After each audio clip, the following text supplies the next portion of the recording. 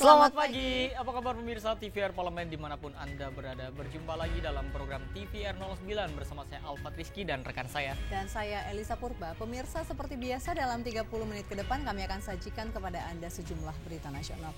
Khususnya dari sudut pandang DPR RI sebagai referensi Anda dalam memahami dinamika politik, hukum, ekonomi, sosial, dan budaya di Indonesia. Dan pemirsa TVR Parlemen, inilah TVR 09 selengkapnya.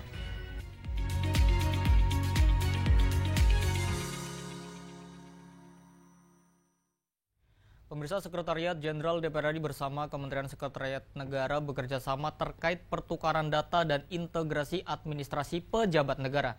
Kerjasama ini juga bagian dari upaya modernisasi birokrasi dan pemanfaatan teknologi informasi sehingga menghasilkan efisiensi administrasi.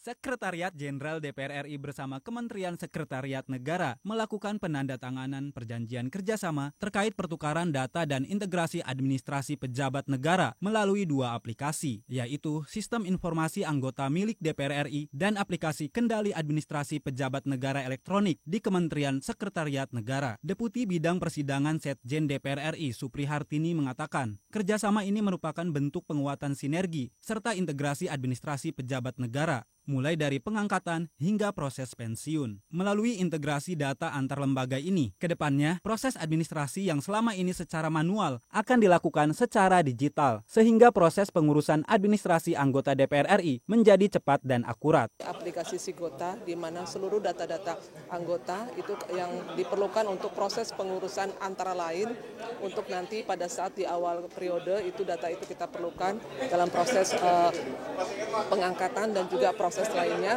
dan juga untuk pada saat nanti memasuki masa pensiun. Sekretariat Negara tadi yang kami sampaikan memang sudah mempunyai aplikasi Sikanjeng, di mana kalau kita melakukan suatu proses untuk pengurusan pensiun itu kita mengisi data-data yang harus kita butuhkan. Namun dengan adanya pertukaran data ini sudah bisa dilakukan secara langsung. Jadi kita menyampaikan informasi untuk memproses ini, selanjutnya nanti dari teman-teman Seknek sudah bisa menarik data yang dibutuhkan untuk proses selanjutnya. Kerjasama ini juga bagian dari upaya modernisasi birokrasi dan pemanfaatan teknologi informasi, sehingga menghasilkan efisiensi administrasi dan meningkatkan transparansi data kepada publik. Dodi Muharam, TVR Parlemen melaporkan. Kita beralih ke Komisi 12 DPR RI, pemirsa, yang menekankan pentingnya komitmen menjaga kelestarian lingkungan dalam menjalankan bisnis pertambangan. Pihak yang mengeksploitasi lingkungan wajib mengembalikan kondisi lingkungan seperti semula.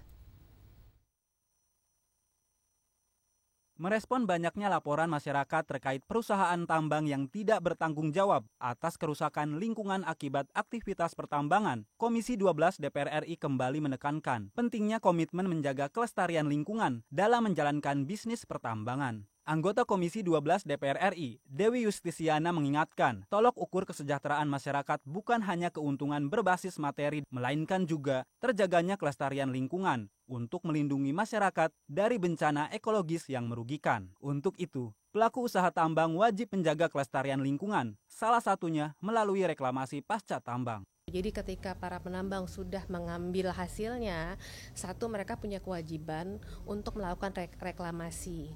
Jadi ekologinya tidak rusak, dan tentunya mereka juga punya kewajiban atas apa yang sudah dikelola, sebagian akan disampaikan kembali kepada masyarakat melalui program-programnya. Wakil Ketua Komisi 12 DPR RI, Bambang Haryadi mengatakan, komitmen kelestarian lingkungan harus diwujudkan dengan mematuhi seluruh regulasi pertambangan. Pihak yang mengeksploitasi lingkungan wajib mengembalikan kondisi lingkungan seperti semula. Pelaku usaha tambang juga harus bersedia menerima konsekuensi hukum jika terbukti tidak mematuhi aturan pertambangan. Tata kelola pertama dan juga pengelolaan lingkungan hidupnya. Tidak boleh siapapun dari mereka hanya mengambil sumber daya alamnya tapi tidak mengembalikan alamnya seperti semula. Kami akan melakukan tindakan, akan meminta kalau perlu melakukan pencabutan terhadap izin-izin yang memang mereka melakukan pembangkangan. Dari Sumatera Selatan, Ken Suwari, TVR Parlemen melaporkan. Pemirsa, anggota Komisi 12 DPR RI menegaskan pentingnya pemanfaatan dana bagi hasil panas bumi untuk meningkatkan kesejahteraan masyarakat di sekitar wilayah operasional PLTP Kamojang, Jawa Barat. Dan informasi selengkapnya kami hadirkan usai jeda, tetaplah di TVR 09.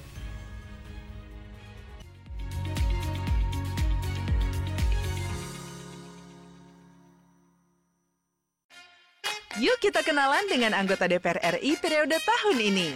Dari depan kursi, di balik kursi, gini, di balik kursi. Aku ingin menjadi sesuatu yang mungkin bisa kau rindu. Acap kahiji, rukun sakabehna, gitulah pokok nama. Semakin penasaran kan bagaimana kiprah karir politiknya? Hanya di TVR Parlemen. Selamat datang di Biro Pemberitaan Parlemen. Anda memasuki kawasan zona integritas menuju wilayah bebas dari korupsi atau WBK dan wilayah birokrasi bersih dan melayani atau WBBM. Biro Pemberitaan Parlemen berkomitmen penuh untuk mewujudkan wilayah bebas korupsi dan wilayah birokrasi bersih dan melayani. Komitmen kami, pejabat dan jajaran memiliki komitmen tinggi untuk mewujudkan WBK dan WBBM melalui reformasi birokrasi, khususnya dalam hal pencegahan korupsi dan peningkatan kualitas pelayanan publik. Kedua, bebas dari korupsi dengan terwujudnya wilayah bebas korupsi atau WBK, yang artinya bebas dari KKN, gratifikasi dan dari segala bentuk pungutan liar atau pungli. Terakhir, pelayanan prima dengan terwujudnya wilayah birokrasi bersih melayani, yaitu dengan meningkatnya kualitas pelayanan publik dan tercapainya kepuasan masyarakat terhadap pelayanan.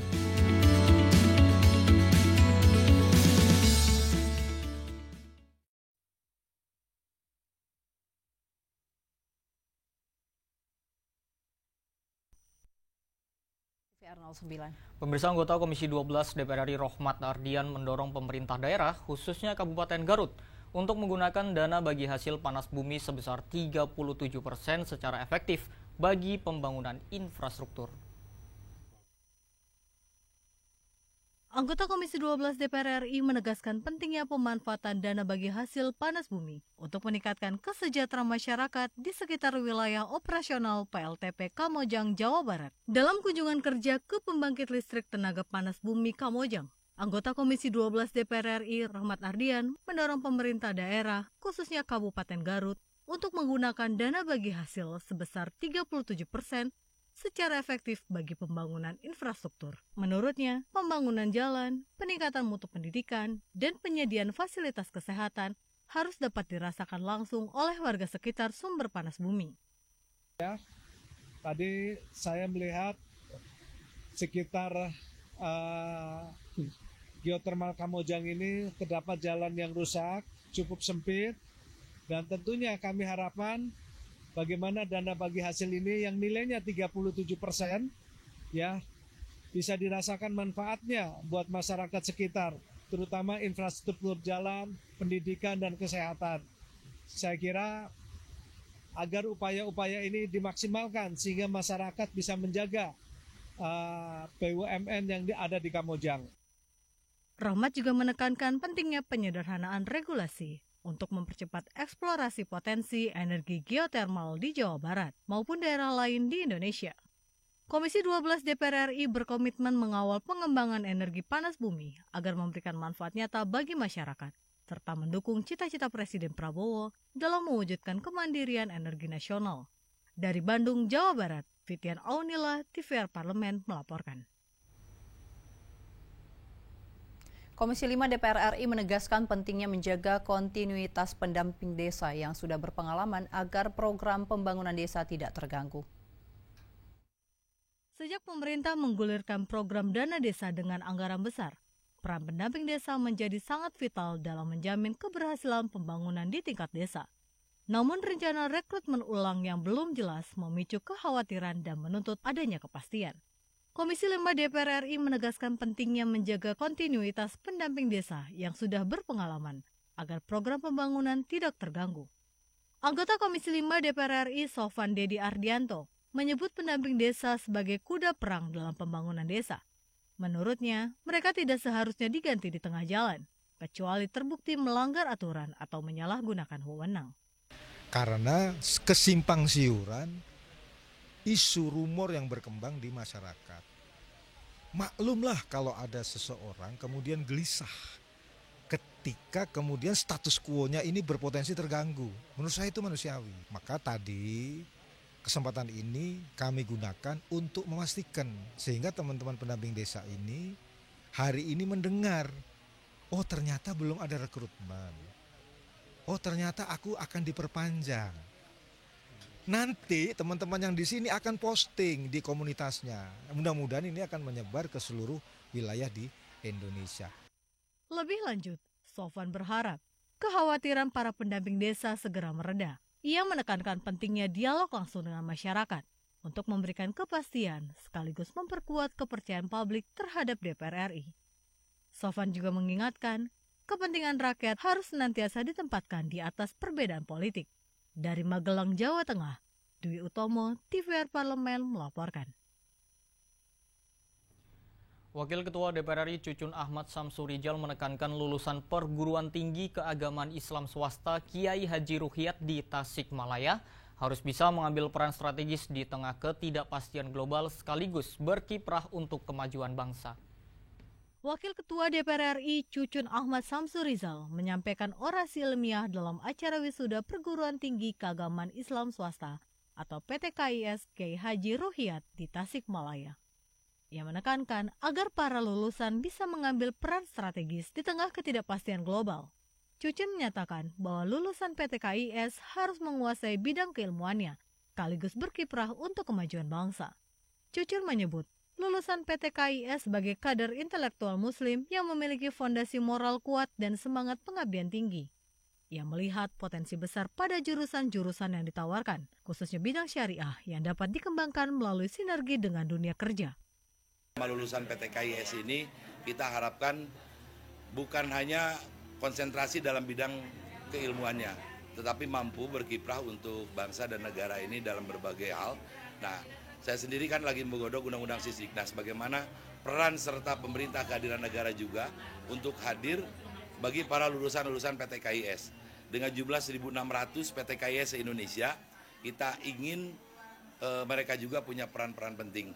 Dan saya lihat tadi lulusan-lulusan dengan jurusan yang sangat dibutuhkan, terutama dalam bidang syariah ya, ada ekonomi syariah. Sekarang ini kan lebih digandrungi, lebih dicintai produk-produk halal, produk-produk ekonomi syariah, baik dalam bidang finansial maupun dalam PUN. Selain itu, Cucun mendorong adanya program pertukaran pelajar antar negara agar mahasiswa memperoleh wawasan global dan pengalaman internasional. Dari Tasikmalaya, Jawa Barat, Bani TVR Parlemen melaporkan. Pemirsa, di tengah derasnya arus globalisasi dan digitalisasi, ekonomi kreatif Indonesia tumbuh menjadi sumber kekuatan baru bagi bangsa.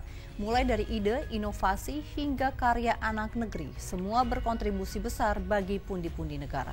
DPR RI memandang sektor ini bukan sekedar tren, tapi masa depan ekonomi yang harus dilindungi dan dikembangkan.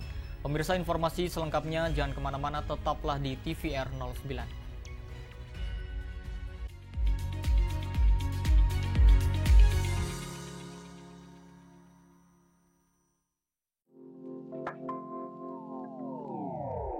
Saya bersyukur begini, ketika Kang Emil mendorong saya untuk masuk ke politik, juga diamini oleh ibu saya dan juga oleh anak-anak saya. Jadi menurut saya ini adalah supporting utama buat saya. Jadi ketika keluarga kecil saya dukung, maka insya Allah keluarga besar pun akan dukung, kan begitu ya? Karena bagaimanapun juga nanti tanggung jawab itu akan ada di keluarga kecil kami.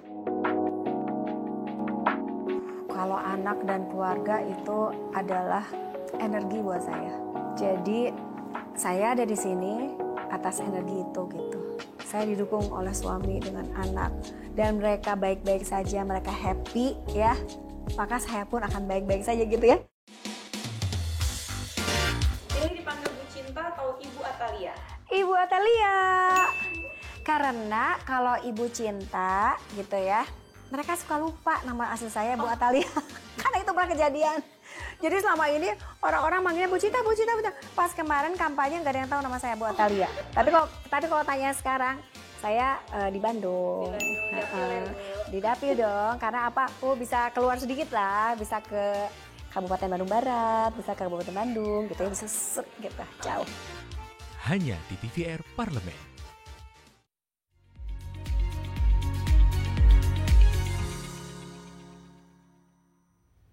Pemirsa, di balik setiap karya anak bangsa tersimpan potensi besar untuk membangkitkan ekonomi rakyat dan mengharumkan nama Indonesia di mata dunia.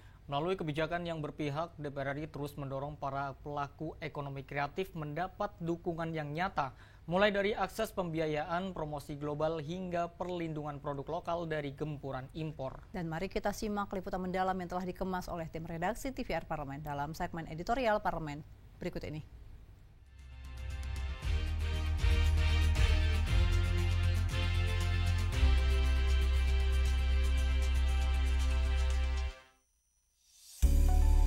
Meski sering dipandang sebelah mata, pertumbuhan sektor ekonomi kreatif di tanah air kian nyata. Secara total, sektor ini telah menyumbang 1.500 triliun rupiah bagi pundi-pundi negara.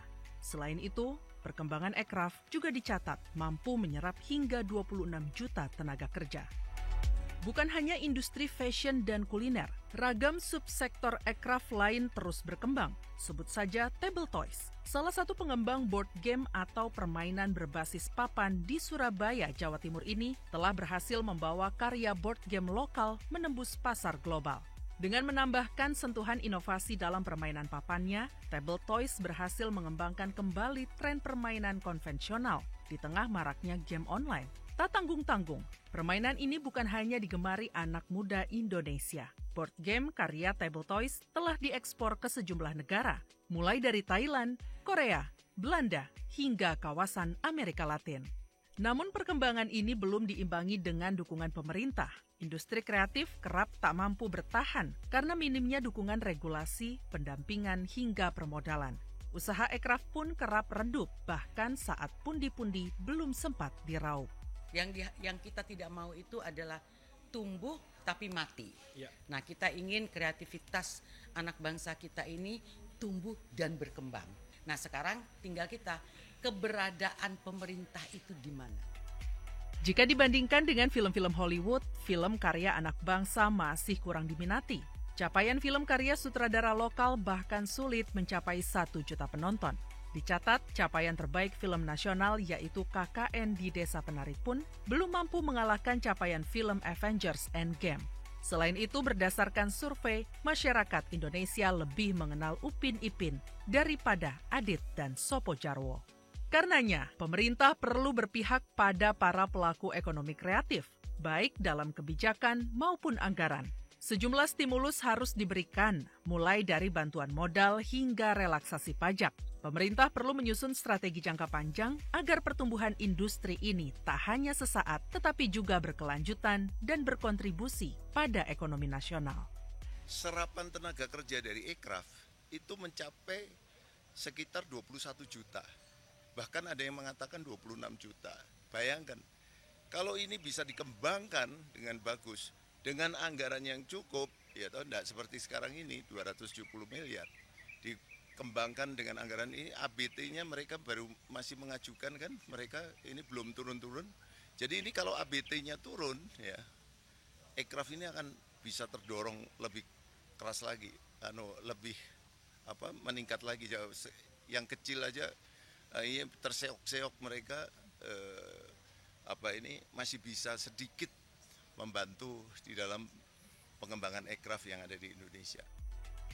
Keberpihakan pemerintah juga perlu ditunjukkan melalui perlindungan ekraf nasional dari gempuran produk impor murah. Untuk menjaga keberlanjutan pertumbuhan ekraf di tanah air, pemerintah harus memberikan pelatihan tentang pola-pola pemasaran serta branding yang baik terutama di platform digital untuk menarik minat pembeli. Selain itu, daya saing produk ekraf lokal juga perlu ditingkatkan agar mampu menyaingi kualitas produk impor. Banyak pengusaha-pengusaha mikro kita yang belum melek teknologi.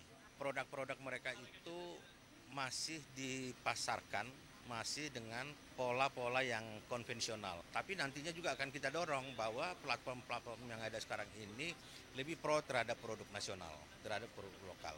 Kalau kondisi hari ini, terus terang aja ya dengan jujur bahwa platform-platform yang ada sekarang ini lebih pro terhadap barang-barang impor. Kenapa? Karena memang barang-barang impor itu yang sangat murah, sangat terjangkau. Nah masyarakat kita kan sangat suka, dia tidak mau tahu apakah itu impor ataupun produk nasional, tetapi ketika misalnya harganya sangat terjangkau, maka itu akan diminati. Nah ini yang menjadi solusi ke depan yang harus kita lihat, kita urai bagaimana supaya pelaku usaha mikro kita ini bisa kita dorong memanfaatkan platform-platform digital yang ada sekarang ini untuk menjadi marketplace. Tim redaksi TVR Parlemen melaporkan.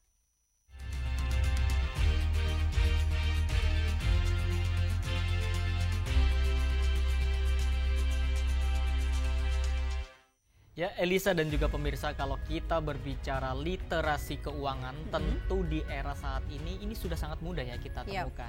Karena memang generasi muda saat ini mulai sudah melek berinvestasi. Betul sekali. Selain kita juga sudah memiliki slogan, biarkan uang yang bekerja untuk kita, ini seakan sudah menjadi tren nih Alfat. Bahkan berlomba-lomba ketika kita tidur, uang tetap bekerja untuk kita dari hasil investasi. Ini mengajak setiap orang untuk mulai tentunya berinvestasi dari banyak ragam investasi kan, Alfat. Nah, kalau kita tidak berbijak investasi pemirsa, bukannya untung, bisa-bisa kita malah buntung atau mengalami kerugian. Ternyata ada trik-triknya ya kalau berinvestasi harus yang pas gitu ya. Dan pemirsa, setelah ini ada beberapa tips nih untuk pemirsa untuk membantu pemirsa bisa berinvestasi dengan tepat. Tentunya jangan kemana-mana, tetaplah di TVR 09.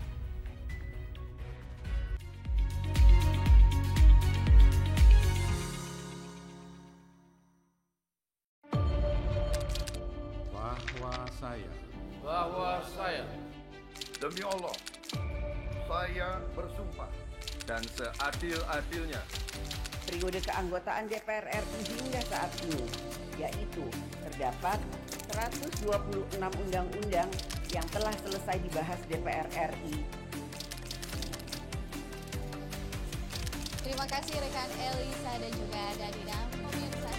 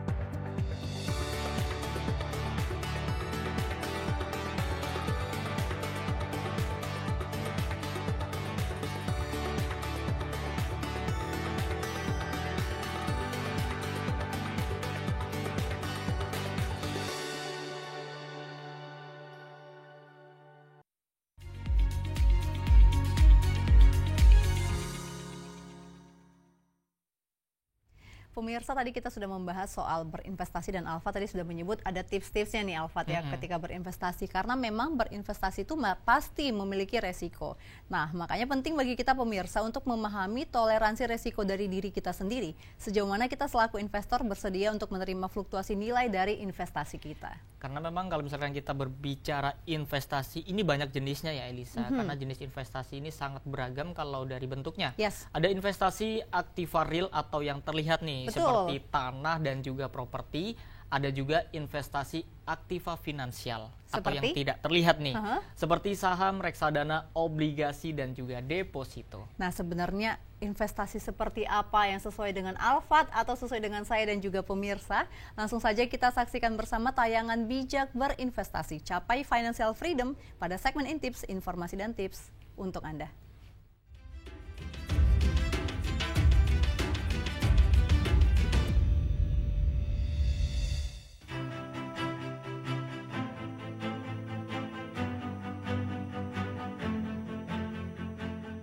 Pemirsa, di era kini literasi keuangan semakin mudah kita temukan. Generasi muda sudah mulai melek berinvestasi. Bahkan perencanaan keuangannya sudah sampai di tahap menentukan usia untuk mencapai financial freedom. Slogan "Biarkan uang yang bekerja untuk kita" seakan menjadi tren, mengajak tiap orang untuk mulai berinvestasi, tak mau ketinggalan. Tapi tahu dong ya, kalau nggak bijak berinvestasi, bukannya untung, malah buntung nih pemirsa. Nah, ini ada beberapa tips untuk membantu pemirsa berinvestasi dengan tepat. Kenali skala resiko. Berinvestasi tentu punya resiko pemirsa. Oleh karena itu, kita harus memahami toleransi resiko diri kita. Sejauh mana kita selaku investor bersedia menerima fluktuasi nilai dari investasi.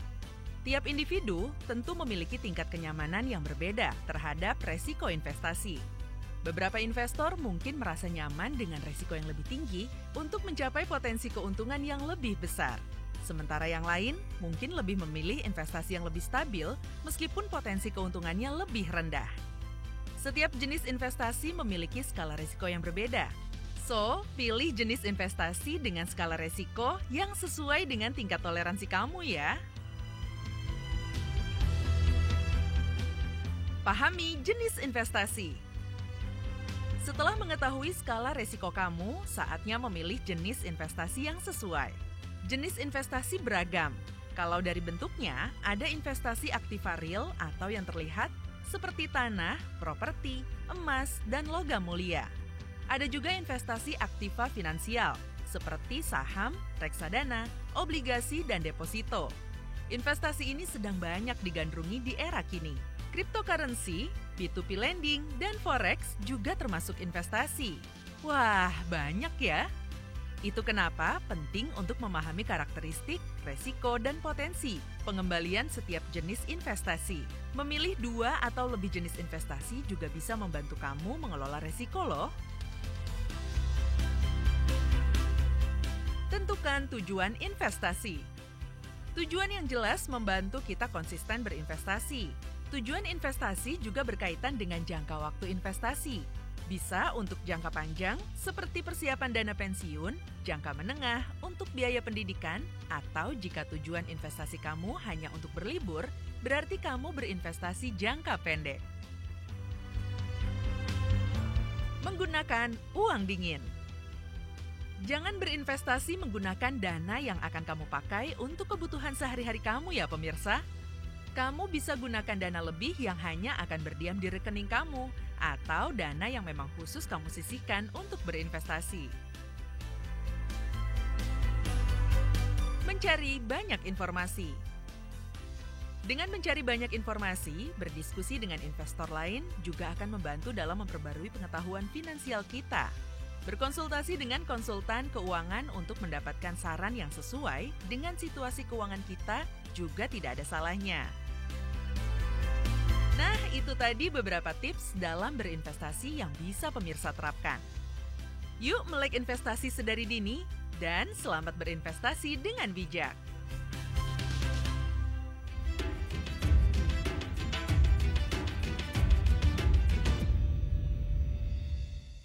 Itu dia informasinya untuk Anda pemirsa, semoga bisa membantu nih untuk menentukan akan berinvestasi di investasi apa nih, saham kah, emas kah, reksadana kah, yang tadi sudah disebutkan ya Alfa. Dan tentunya harus menggunakan dana yang tidak terpakai untuk kebutuhan-kebutuhan tadi ya. Betul, uang dingin tadi disebutnya Alfa. Dan pemirsa, informasi tadi sekaligus menutup jumpa kita pagi ini.